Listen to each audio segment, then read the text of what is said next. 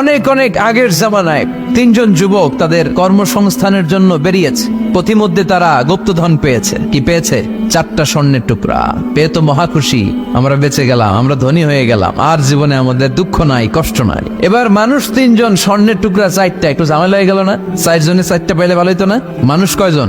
স্বর্ণের টুকরা কয়টা? 4টা। এবার তারা বলতে লাগলো আমাদের প্রচন্ড ক্ষুধা পেয়েছে। একজনকে বললো তুই বাজারে যা, বাজার থেকে রুটি কিনে নিয়ে আয়। সে রুটি কিনতে গেল, আর এই দুইজন মিলে ভাবতে লাগলো শয়তানের ওয়াসওয়াসায় পড়ে একটা কাজ করি, যেটার রুটি আনতে পাঠাইছে ওটারে যদি শেষ করে দিতে পারি, মানে ওটার কেল্লা যদি ফতে করে দিতে পারি, তাহলে তো আর ভাগাভাগির কোনো কাজ নাই। স্বর্ণ 4টা, তুই পাবি 2টা, আমি পাবো। আর যে রুটি আনতে গিয়েছে সে মনে মনে ভাবে রুটিতে যদি বিষ মাখায় নিতে পারি। দেখছেন খেলা? আল্লাহ, রুটিতে কি মাখায় নিতে পারি? বিষ। তাহলে এই 2টারে বিষ মাখানো রুটি খাওয়াই দিলাম, 4টাই আমার আর ধরে কে? তো যেই চিন্তা ওই কাজ। উনিও রুটির সাথে বিষ মাখাইছে, এরাও রেডি হয়ে আছে কখন আসবে। আসার সাথে সাথে ওইটারে ধইরা আইজো মায়ের কাইলো মায়ের মাইরা ওইটার বর্তমানে ফেলাইছে, ওইটা অক্কা পাইছে, শেষ।